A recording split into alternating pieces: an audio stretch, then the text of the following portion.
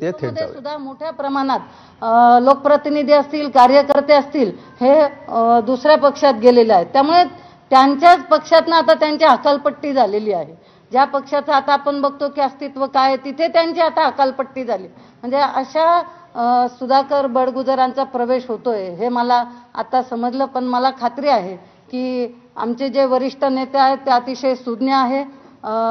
निष्ठावान कार्यकर्त्याला नेहमी न्याय दिला जातो। आणि आपण बघतो की शहराध्यक्षाची निवडणूक होती, आमचे सुनीलराव केदार हे शहराध्यक्ष झालेले आहेत। शहराध्यक्षाची निवडणूक होताना ती निवडणूक सुद्धा लोकशाही पद्धतीने होते।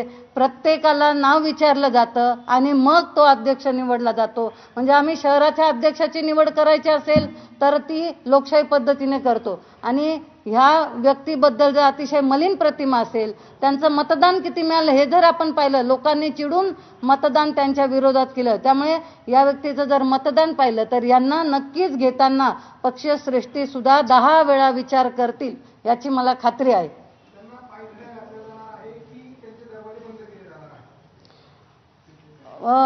आत्ताच मी सांगितलं की पक्षातले नेते अतिशय सुज्ञ आहे। कुठल्याही प्रकारे त्यांचा प्रवेश हा पक्षश्रेष्ठी करून घेणार नाही, कारण त्यांना माहिती आहे की नाशिकमध्ये त्यांची प्रतिमा काय आहे।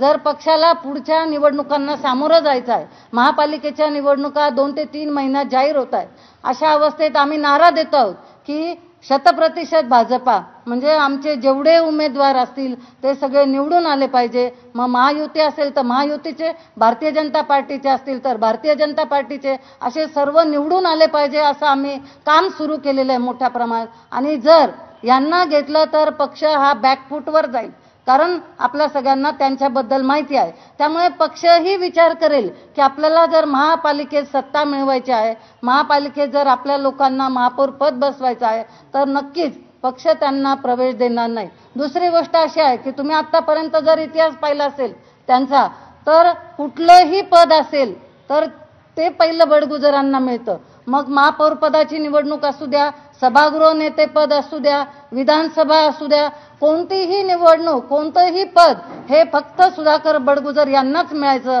आतापर्यंत मला तुम्ही दाखवा की महापौर पदाचं शिवसेनेपैकी कोणाला उमेदवारी दिली किंवा विधानसभेची उमेदवारी का दिली, तर त्याला बळी द्यायचं म्हणून विलास शिंदेंना दिली उमेदवारी। म्हणजे अशा पद्धतीने पक्ष स्वतः सगळं घेऊन फक्त स्वतःच चालवायचं आणि स्वतःच सगळं करायचं अशी भूमिका त्यांची कायम राहिलेली आहे। आणि त्यामुळे ज्या वेळेला नुसतं पेपरमध्ये वाचलं तरी आम्ही इतके फोन लोकांचे घेतो आहोत, अनेक लोकांच्या प्रतिक्रिया आहेत की कुठल्याही परिस्थिती ही व्यक्ती भारतीय जनता पार्टीत येता कामा नये आणि त्यामुळे नक्कीच पक्षश्रेष्ठी याचा विचार करतील।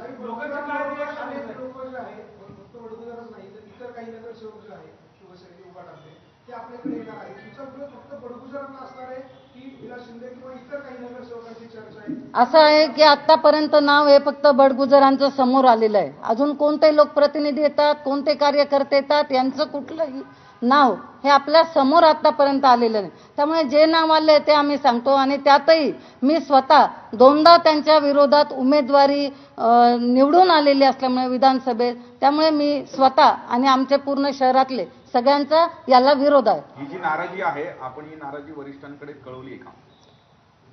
वरिष्ठांपर्यंत नाराजी ही कळवलेली आहे आणि आताही आपल्या माध्यमातून त्यांच्यापर्यंत पोहोचणारच आहे।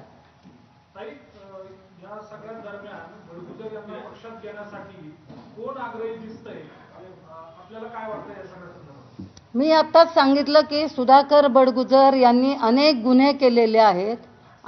याचाच आतापर्यंत मी अनेक गोष्टी सांगितल्या, परंतु ज्या वेळेला निवडणूक होती त्यावेळेला अत्यंत खालच्या थराला जाऊन आमच्या नेत्यांचा त्यांनी प्रचार केला।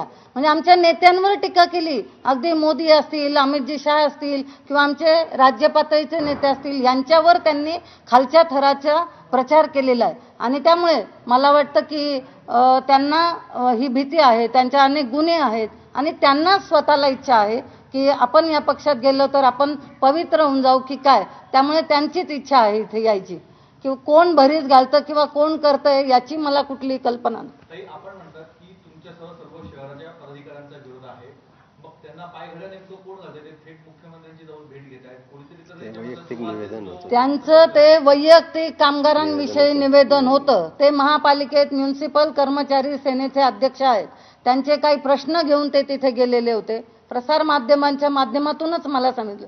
मी अजूनही सांगते की आपल्या माध्यमातून हे आतापर्यंत आलेलं आहे की ते प्रवेश करतायत. पक्षामध्ये कुठलीही चर्चा नाही, बैठकीत कुठलाही विषय नाही किंवा वरिष्ठांनी आम्हाला कोणीही सांगितलेलं नाही. तुम्ही आता म्हणाल की गुन्हे लपवण्यासाठी भाजपमध्ये येत आहे, ते भाजपमध्ये प्रवेश दिले जातात तर की गुन्हे लपवायचे? हे पहा कसं असतं की आमचे वरचे वरिष्ठ जे नेते असतात ते आमचा पूर्ण हे निर्णय घेत असतात. त्यामुळे वरिष्ठ पातळीवरचे जे निर्णय आहेत ते आमच्या वरचे लोक घेतील. ओके ताई, थँक्यू. अजून काय पाहिजे?